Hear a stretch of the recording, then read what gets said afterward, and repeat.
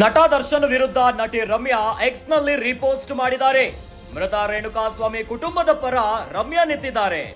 X ನಲ್ಲಿ post ಒಂದನ್ನ repost ಮಾಡಿರುವ ರಮ್ಯಾ ಜೀವಾವಧಿ ಶಿಕ್ಷೆ ಎಂಬ ಪೋಸ್ಟ್ ಅನ್ನ ರೀಪೋಸ್ಟ್ ಮಾಡಿದ್ದಾರೆ. ರಮ್ಯಾ